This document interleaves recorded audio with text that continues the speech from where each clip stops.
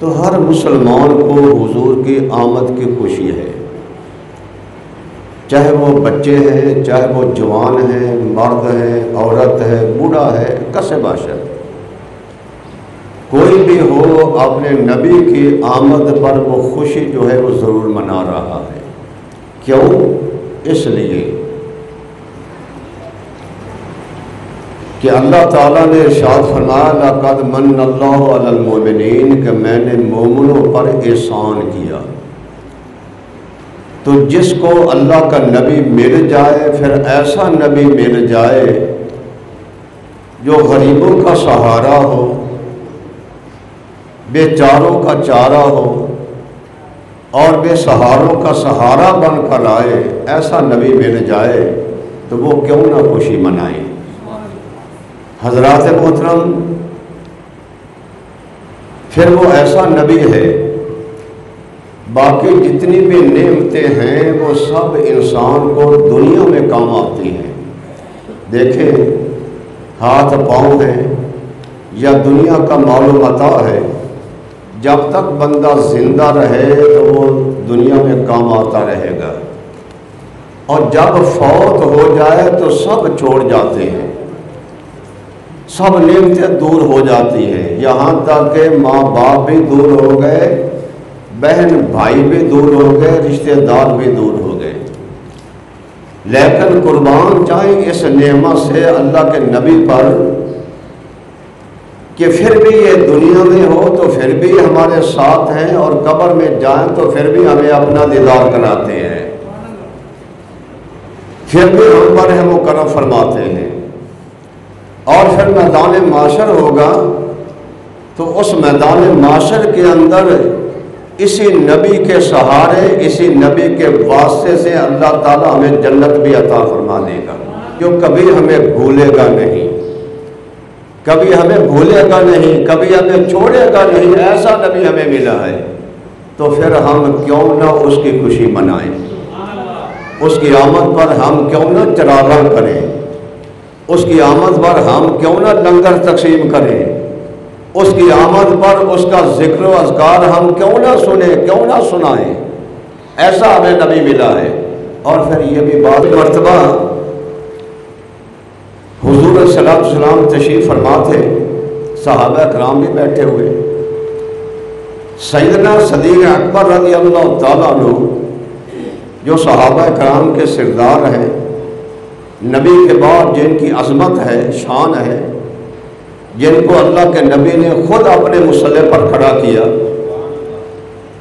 تو وہ سیدنا صدیق اکبر بھی تشریف فرما تھے، باقی صحابہ بھی بیٹھے ہوئے تھے۔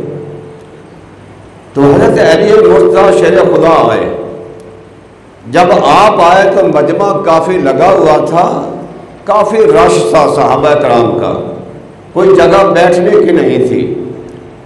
تو جب علی مرتضیٰ شیر خدا آئے تو حضرت ابوبکر صدیق کھڑے ہوئے اور کھڑے ہو کر حضرت علی مرتضیٰ کو اپنی جگہ دے دی۔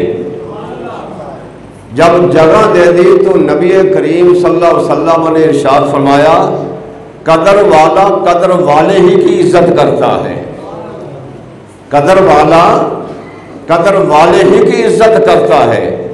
آج ہم نبی کی خوشی منا رہے ہیں، کیوں کہ ہم بھی، ہمارا نبی بھی عزت والا، ہمارا نبی بھی قدر والا، تو جب ہم اس کی خوشی منائیں گے تو ہم بھی قدر والے ہو جائیں گے، اور بے قدرہ جو ہے کبھی نبی کی خوشی نہیں منائے گا، جو بے قدرہ ہوگا، کیونکہ جو بے قدرہ ہوگا اس کو نبی کی عزت کا، نبی کی شان کا کیا پتہ، کوئی پتہ نہیں ہوگا۔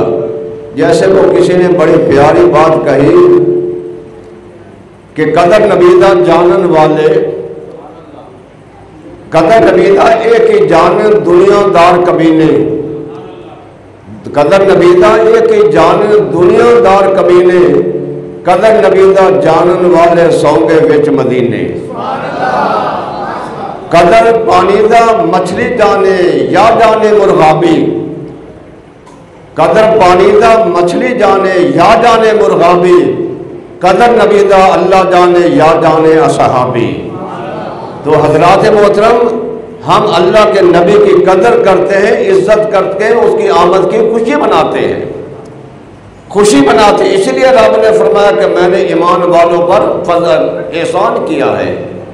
اور قرآن مجید سے بھی پتہ چلتا ہے کہ جو بے قدرہ ہوگا وہ قدر والے کی قدر نہیں کرے گا۔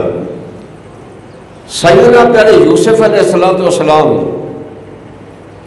بھائیوں نے حسد کیا، ستیلے بھائی تھے، حسد میں رہے، یہاں تک کہ ایک بہانہ بنا کر حضرت یوسف کو بعد جنگل میں لے گئے۔ جب جنگل میں لے گئے تو اب حسد کی بنا پر حسد کی آگ میں انہوں نے کیا کیا، پھر یوسف علیہ السلام کو کنویں میں پھینک دیا تاکہ کہیں فوت ہو جائیں گے۔ کنویں میں پھینک دیا۔ بعد میں قافلہ آیا، قافلے نے ڈول پانی کا نکالا تو حضرت یوسف علیہ السلام بھی آ گئے۔